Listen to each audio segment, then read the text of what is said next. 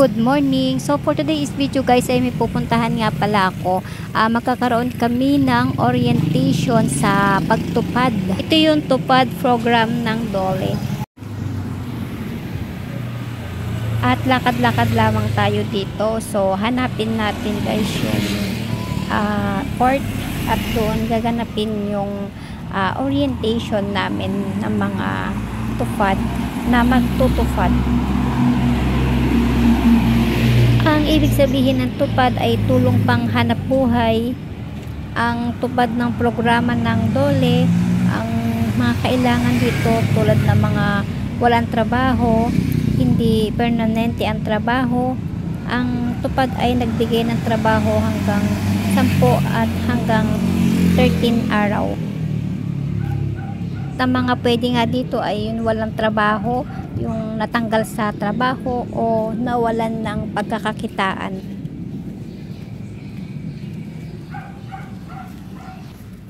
At tuloy-tuloy pa rin tayo dito para mapuntahan na natin yung court na pagdadausan ng orientation sa tupad.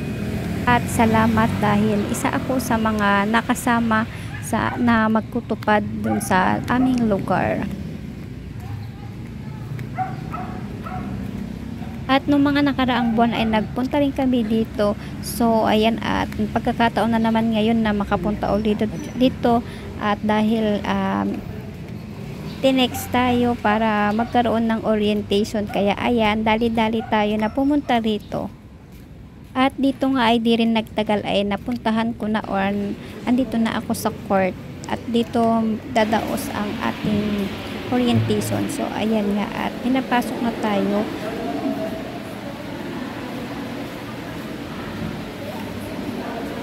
At dito nga ay medyo maaga talaga ako na pumunta dito, at dito nga ay kita pa naman na wala, bakante pa, marami pang dapat na maupuan ng mga tao. Ayan, at napakalinis panghantignan dito guys. Pero meron mga ilan-ilan dun sa may bungad ay meron na tayong makikitang mga nakaupo na katulad ko rin na medyo maagang pumunta dito sa court na ito. So ayan, magantay-antay tayo hanggang sa mapuno yung upuan. So ayan, nakaupo na ako. Meron ng mga nagsidatingan. Dito nga ay makikita ang Pamilyang Matatag Tupad Orientation 2024. So ayan, at makikita natin na meron na nga dito nagsidatingan at medyo marami na kami dito. And habang nag-aantay kami at para mapuno itong aming mga upuan dito ay mamaya-maya ay siguro ay mag-i-start na rin.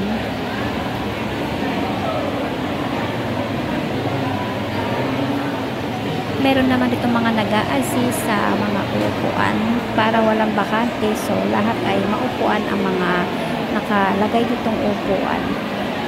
At meron din naman dito, kung hindi naman tayo nag-umagahan, ay meron ditong mga pang sopas, sopas at inumin na pwede natin kainin sa mga tao hindi nag-umagahan. At kahit nag-umagahan na rin kung gusto nilang kumain at magugutom ay pwede naman kumain.